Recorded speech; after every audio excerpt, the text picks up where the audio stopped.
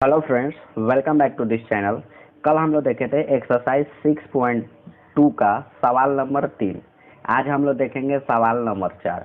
तो आगे बढ़ने से पहले फ्रेंड्स आपको बता दें कि यदि अभी तक आपने इस चैनल को सब्सक्राइब नहीं किया है तो सब्सक्राइब कर लीजिए और बगल में दिख रहे बेल आइकन को भी प्रेस कर लीजिए। और वीडियो अच्छा लग रहा है, सवाल समझ में आ रहा है तो इस वीडियो को एक लाइक और एक शेयर जरूर करिएगा।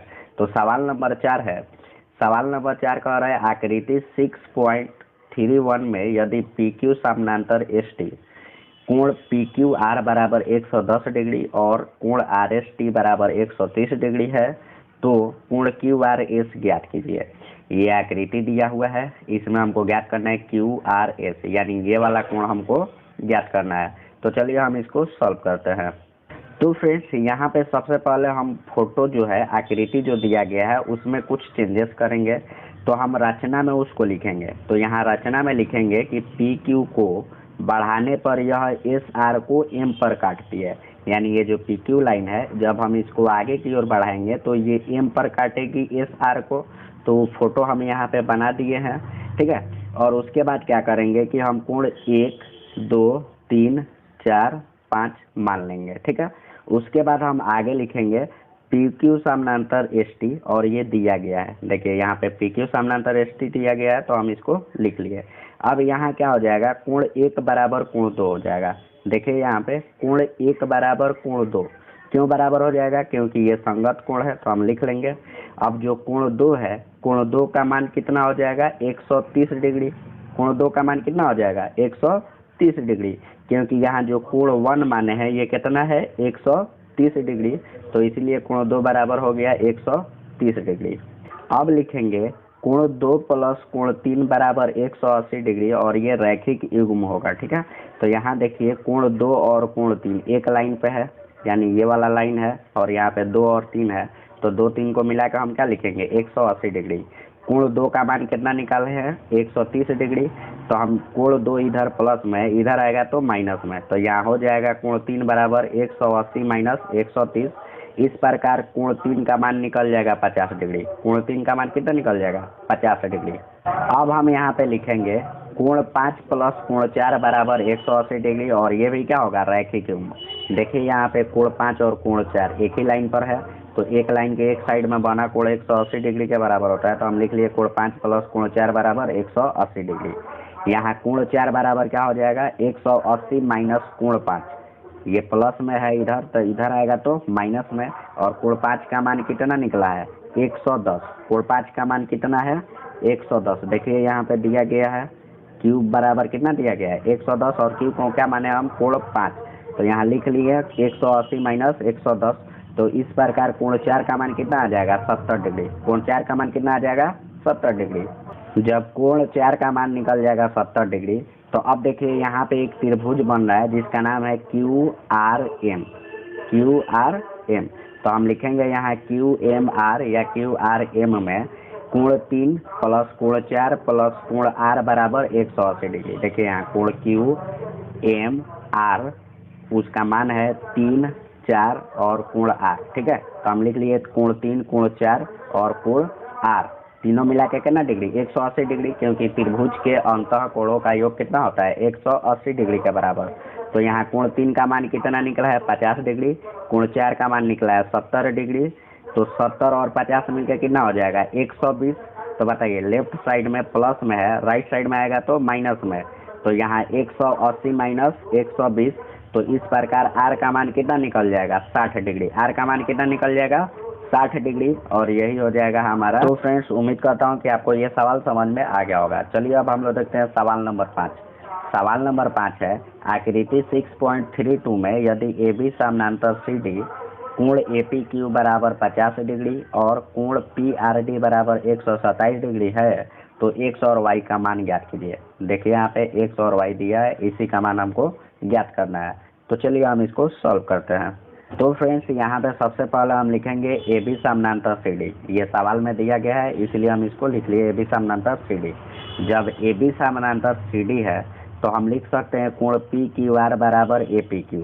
देखिए यहाँ पे कोण PQR बराबर कोण APQ, यानी ये दोनों क्या है एक दूसरे का एकांतर कोण है, तो एकांतर कोण आपस में हमेशा क्या होता है, बराबर।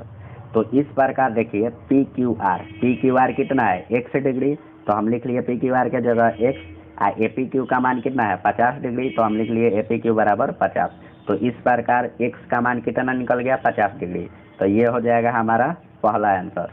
अब लिखेंगे कोण ए पी आर बराबर कोण पी आर डी। देखिए यहाँ पे ए पी आर बराबर पी आर डी, तो ये दोनों भी क्या है, एकांतर कोण है, तो लिख लिए एकांतर कोण। इस प्रकार देखिए ए पी आर को हम लोग क्या लिख सकते हैं, तो ए पी आर को लिख सकते हैं A P Q plus Q P R, इन दोनों को जोड़ देंगे तो ए पी आर के बराबर आ गया, तो हम लिख लिए।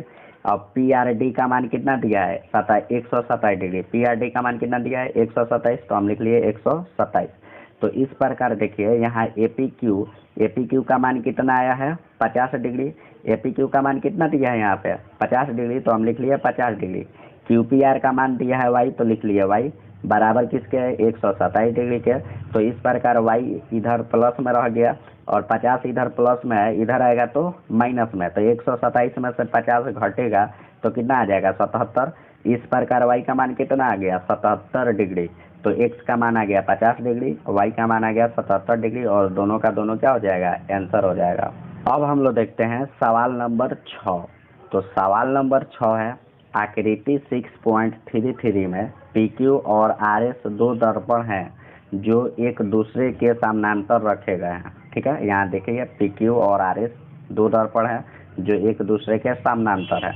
बोल रहा है कि एक आपतन किरण ए बी दर्पण पी क्यू से बी पर टकराती है।